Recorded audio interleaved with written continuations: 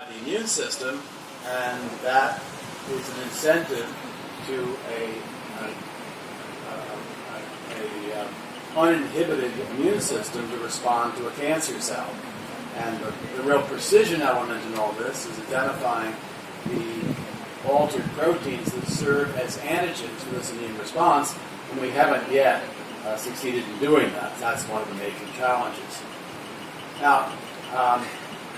about 3/4 of the way through this talk, it may seem like a long time, but I still have a little bit of time to talk to you. And I want to tell you a little bit more about the nature of the mutational events that underlie cancers and the conversion of proto-oncogenes to oncogenes to emphasize some of the difficulties we're having in trying to understand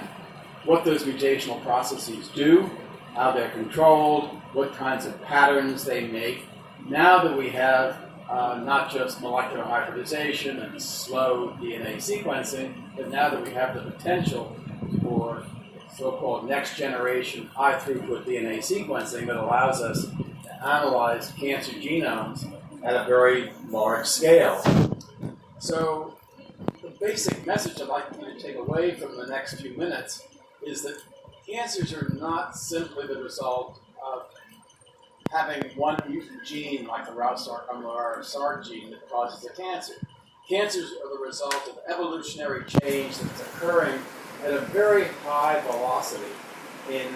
human cells or animal cells. And that those evolutionary processes in which mutations are occurring randomly, mutations affect large numbers of genes, mutations that come in different forms,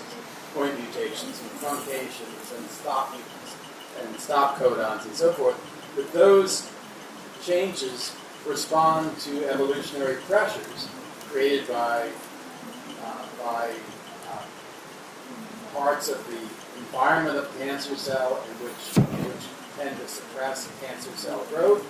in response to drugs which are inhibitory to the growth of cancer cells. And there's a kind of Darwinian experience that occurs with every cancer that results in further mutations and further selection. So some of the features of all that, the randomness, the nature of the mutations, the heterogeneity of patterns of mutations, the different kinds of selection for cell fitness that occur in different people and different organs under different circumstances, create subclones of cancers that can progress, advance to